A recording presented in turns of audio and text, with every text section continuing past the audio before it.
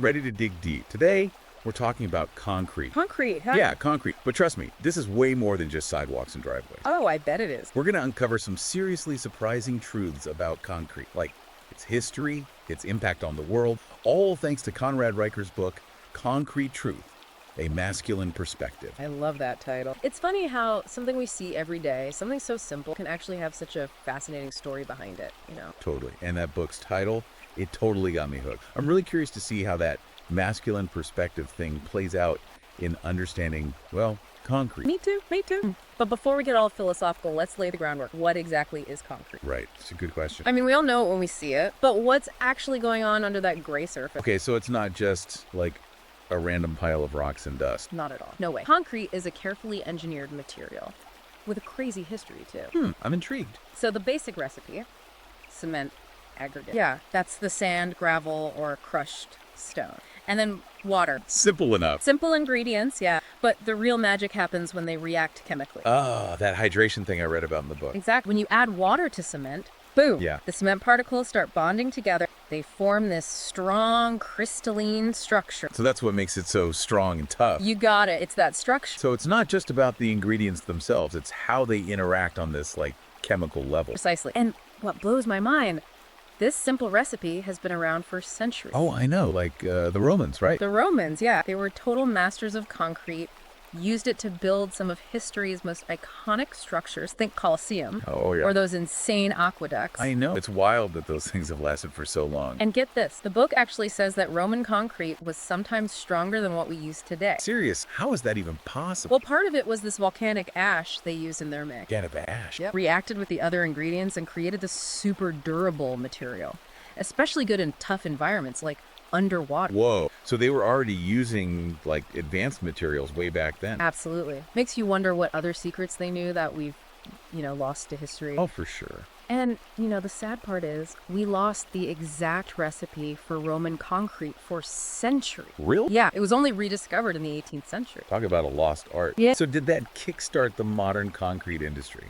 Once those Roman techniques were rediscovered, I mean. It definitely played a role, for sure. But the real turning point, that came in the 19th century with Portland cement. Portland cement. Yeah. Is that like the main type we use these days? You got it. Portland cement is the most common type used today. Incredibly versatile stuff. Okay, so Portland cement was a game changer. But even then, concrete isn't a one-size-fits-all thing, right? No way. I mean, you wouldn't use the same kind for a sidewalk as, say, a skyscraper. You are so right. Concrete is super adaptable. There are tons of types, each tailored to specific needs. Like what? Give me some examples. Well, take sulfate-resistant cement. That's for areas with high sulfate content in the soil. Ah, yeah. Keeps it from getting damaged. Or you got high alumina cement, known for its quick curing and high strength. Ah, so for projects that need to be done fast. Exactly. Perfect for that. So it's like a toolbox full of different concrete options, not just dump in a bunch of gray stuff and hoping for the best. Yeah, nope, not at all. And what's even cooler is that concrete technology is constantly evolving. Like right now, there are some amazing innovations happening. Ooh, like what? Tell me more. Okay, so imagine concrete that can heal itself. What? Yeah, self-healing concrete. No way. It uses bacteria to repair cracks, almost like something straight out of science fiction. Bacteria that fix concrete. That's mind-blowing. It is, right. And then there's permeable concrete, designed to let water pass through. Helps manage stormwater, reduce runoff, way more sustainable than traditional concrete surfaces. So concrete isn't just a material of the past, it's a material of the future too. There's a whole universe of concrete types and properties out there. There totally is. And that's where we're headed next. We're going to explore those high-performance concretes, the ones pushing the boundaries of what's possible. Awesome. But before we do that, I think we need to take a second to appreciate just how much concrete has shaped our world. We mentioned Roman structures, but concrete is seriously the backbone of our modern infrastructure. That's true. Think about it. Roads, highways, bridges, tunnels, airports, dams, all built with concrete. It's holding our world together. You're right. It's kind of mind-blowing when you think about it that way. And it's not just the big, impressive stuff either. No. Concrete is in countless everyday things, too. Sidewalks, driveways, patios, retaining walls, you name it. And our houses too. Oh, absolutely. Foundations, walls, even floors. Because it's fire-resistant, durable, and can even help regulate temperature. Exactly. Keeps us safe and comfy in our homes. Concrete, the silent hero, working behind the scenes to shape our world.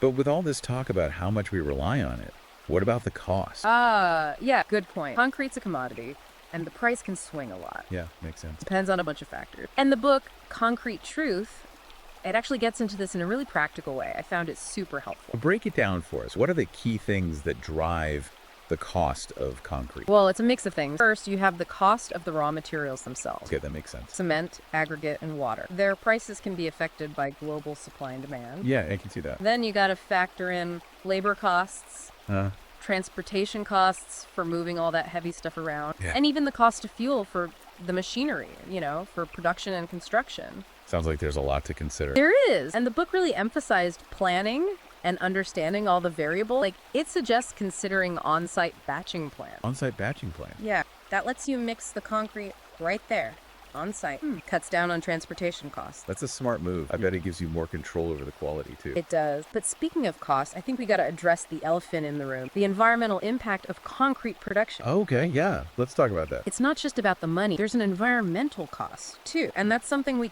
can't ignore. Agreed. We touched on the carbon emissions from cement production earlier, but can you give us a sense of how big of a problem this is? Yeah, so the cement industry, it's a major contributor to greenhouse gas emissions. It's estimated that concrete production is responsible for around 8% of global CO2 emissions. That's huge. It is. So concrete has been great for construction and all that, but it's also having this negative impact on the planet. It's a tough reality. And that's exactly why it's so important to explore how sustainable concrete is, and find ways to lessen that environmental impact. Totally. We need to find ways to make concrete more eco-friendly without sacrificing the strength and durability, of course. Absolutely. And the good news is there are some exciting innovations happening in this area. Really? Like what? Tell me more. Well, there's a lot of research going into creating more sustainable types of cement. One really promising approach is using alternative materials, like fly ash and slag. Fly ash and slag? They're byproducts from other industries. Interesting. And these materials can partially replace the cement in the mix, which means you need less cement, which means a lower carbon footprint. Oh, smart. So we're basically turning waste from other industries into a valuable resource. Yep, that's exactly what's happening. That's awesome. And it's not just about doing less harm. These materials can actually make the concrete perform better in some cases. How so? Well, fly ash, for example. Yeah. It can improve how easily the concrete flows and how long it lasts. So it's about actually improving concrete through these sustainable practices. That's great. I think so too. And there are other strategies as well, like using recycled aggregates in the mix. Right. That reduces the need to dig up new materials, which obviously can really harm the environment. For sure. Less mining means less habitat destruction, less energy used, less pollution overall. Exact. It's all connected. And there's another cool development in the works, carbon capture technology. I've heard about this. Isn't that where they capture the CO2 from cement plants and store it somewhere else? Yep, like reversing the problem at the source. The tech is still pretty new, but it's got huge potential. Sounds almost too good to be true. So are we talking about a future where concrete could actually be carbon neutral? That's the dream.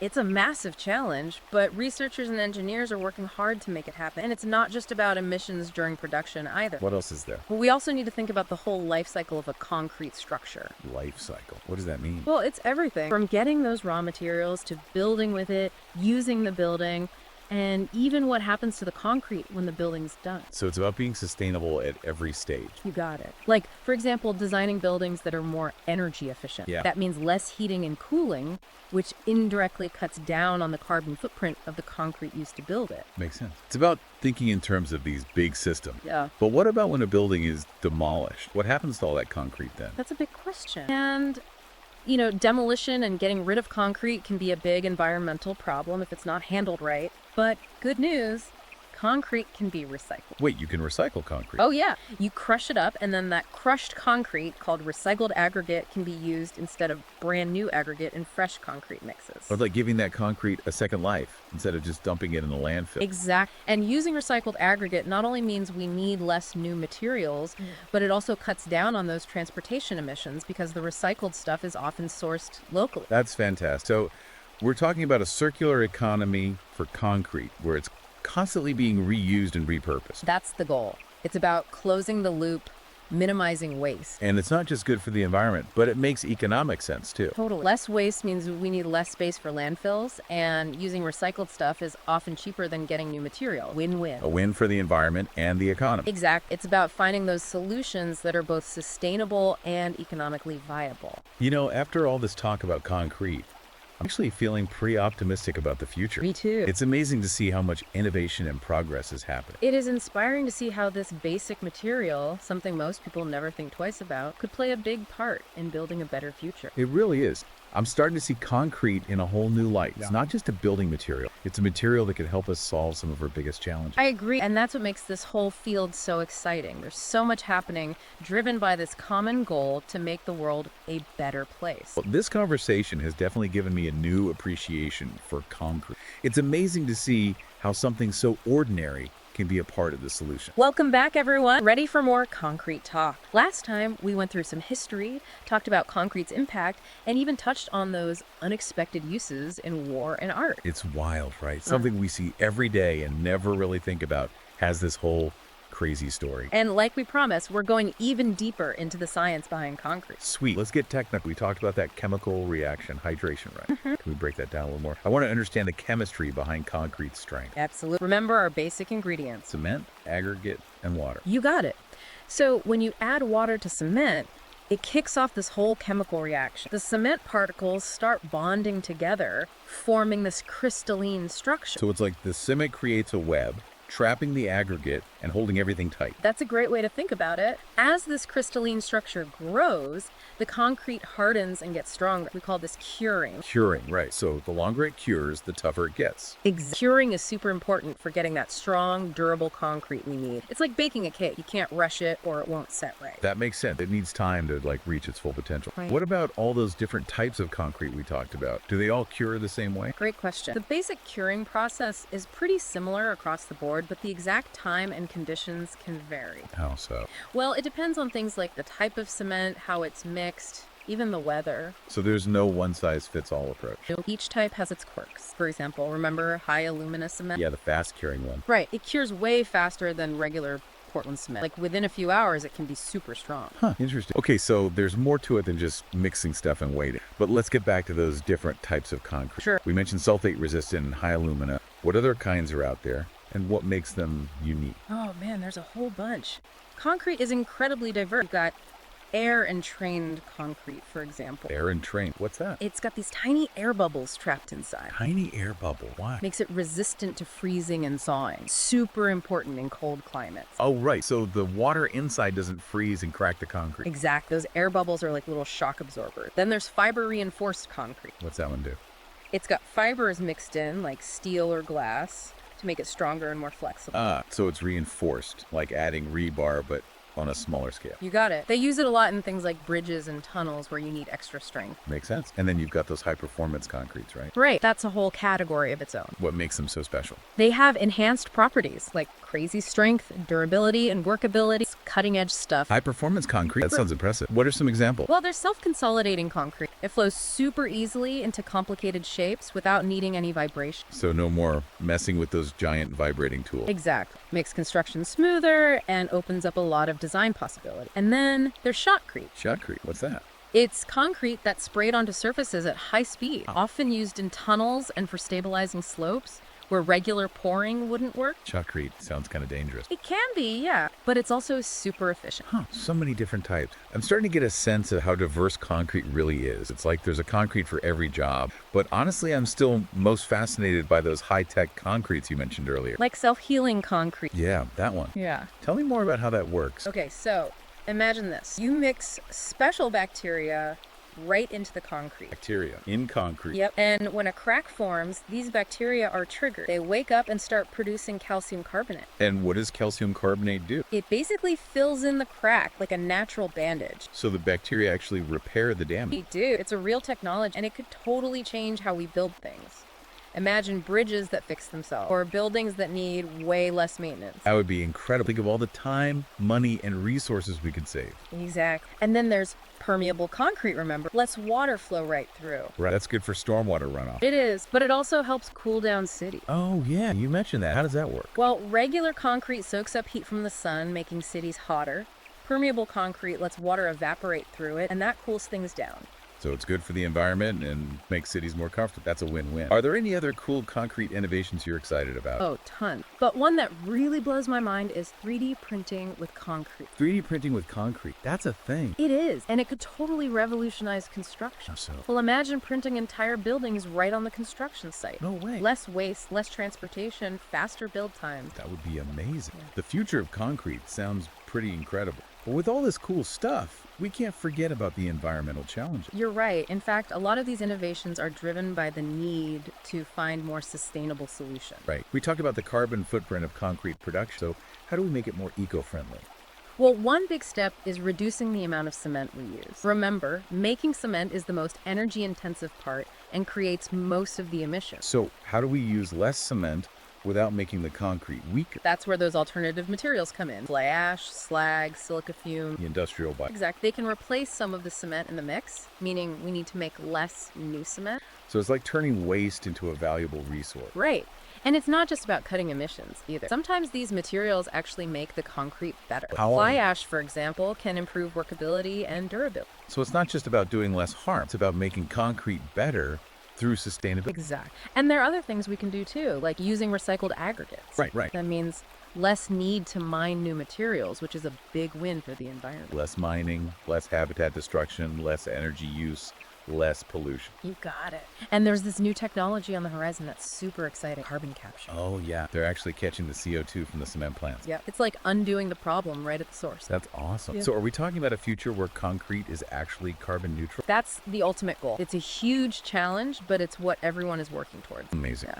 But it's not just about those emissions during production, right? Yeah. You mentioned something about a life cycle. Right. We need to think about the whole life cycle of concrete structure. Remind me what that means again. It's thinking about everything. Getting the raw materials, building with concrete, using the building, and what happens to the concrete at the very end. So it's like a big picture view of sustainability. Exactly. For example, designing buildings that are super energy efficient. Yeah, that's important. That means less need for heating and cooling, which indirectly means a smaller carbon footprint, even if the concrete itself wasn't super eco-friendly. It's all connected. So what about at the end of a building's life? What happens to all that concrete when they tear it down? That's a great question. And, demolition and disposal can be a real environmental headache if it's not done right. Yeah, it's a lot of waste. But the good news is concrete can be recycled. Wait, really? Oh yeah, they crush it up, and that crushed concrete, we call it recycled aggregate, can be used instead of brand new aggregate in fresh concrete. So it gets a second life. That's awesome. It is. And using recycled aggregate means we need less new material, and it often means less transportation too, because it's usually sourced locally. So it's better for the environment and the economy. You got it. Win-win. It sounds like a circular economy for concrete, constantly reusing and repurposing it. Exactly. It's about closing that loop and cutting down on waste as much as possible. This is awesome. I'm starting to see concrete in a whole new light. It's not just this boring building material. It's something that could actually help us build a more sustainable future. I completely agree. That's what makes it so exciting to talk about. Well, I'm definitely feeling a lot more optimistic about the future now. It's inspiring to see how much progress is being made. Welcome back to our concrete deep dive. I feel like we've been on a wild ride exploring this hidden world. Right. Concrete is full of surprises, and we still got more ground to cover. For sure. Yep. Last time we were talking about those amazing sustainable concrete solutions. Yeah, all the progress is pretty exciting, right? It is. It seems like the concrete industry is really trying to find new ways to be eco-friendly. Absolutely. And one of the main things they're focused on is lowering those carbon emissions from production. Right, because making cement is the biggest problem, emissions-wise. Exactly. So what can we do about it? Well, one thing that's becoming more popular is using different fuels in the cement kilns. The free fuel. Yeah, usually those kilns use fossil fuels, like coal. Right. But more and more, they're switching to stuff like biomass or even waste materials. Wow, so instead of burning coal, they're using renewable resource. Yep, or even stuff that would have ended up in a landfill. It's a smart way to cut down on emissions. Totally. And it's not just about what they burn, right? You were saying there's research on new types of cement that are better for the environment. Oh yeah, like those alternative cements we talked about, the ones using fly ash and slag. Right, those are great. They are. And there are other innovations in cement chemistry that are looking really promising. Like what? Well, some researchers are working on cements that actually absorb CO2 while they're curing. Whoa, seriously? Yeah, imagine that. Concrete actually sucking CO2 out of the air. That's wild. Concrete that fights climate change. That's awesome. It's still early days, but it's definitely something to get excited about. It could be a game changer for the future of concrete. I hope so. All this ingenuity is incredible. It's not just about the cement itself, right? Designing buildings that are more energy efficient helps too. You got it. The less energy a building needs for heating and cooling, the less its impact on the environment, even if the concrete used to build it wasn't super eco-friendly to begin with. So true. Everything is connected. The way we design and build has a big impact overall. That's why it's so important to think about the whole life cycle of concrete. Right, from the materials to how it's disposed of. Exactly. And speaking of disposal, we talked about recycling concrete. Yeah, tell me more about that. Sure. So when a concrete structure is at the end of its life, they demolish it and crush it into smaller pieces. Okay. And then that crushed concrete, called recycled aggregate, can be used instead of new aggregate in fresh concrete mixes. Oh, that's cool. So it doesn't just go to waste. No, it's like giving it a whole second life. And that means less demand for brand new materials, right? Exactly. And it usually means less transportation, too, since the recycled stuff often comes from nearby. Okay, so it's better for the environment and saves money, too. Yep, win-win. I love it. A circular economy for concrete. Exact. It's all about closing that loop and making the most of what we have. This has been amazing. I'm seriously blown away by all the innovation and progress in the concrete industry. I feel a lot more optimistic about the future. Me too. It's inspiring to see how concrete can be part of the solution to those big environmental challenges. If you're as fascinated by concrete as we are, I definitely recommend checking out Concrete Truth, A Masculine Perspective by Conrad Reicher. It's an eye-opening read. I agree. It really changes how you think about concrete. You can find it on Amazon Kindle and Google Play Books. And that brings us to the end of our concrete deep dive. Thanks for joining us on this journey. It's been a pleasure. Until next time, keep an eye out for concrete in your everyday life. You might be surprised by what you notice now.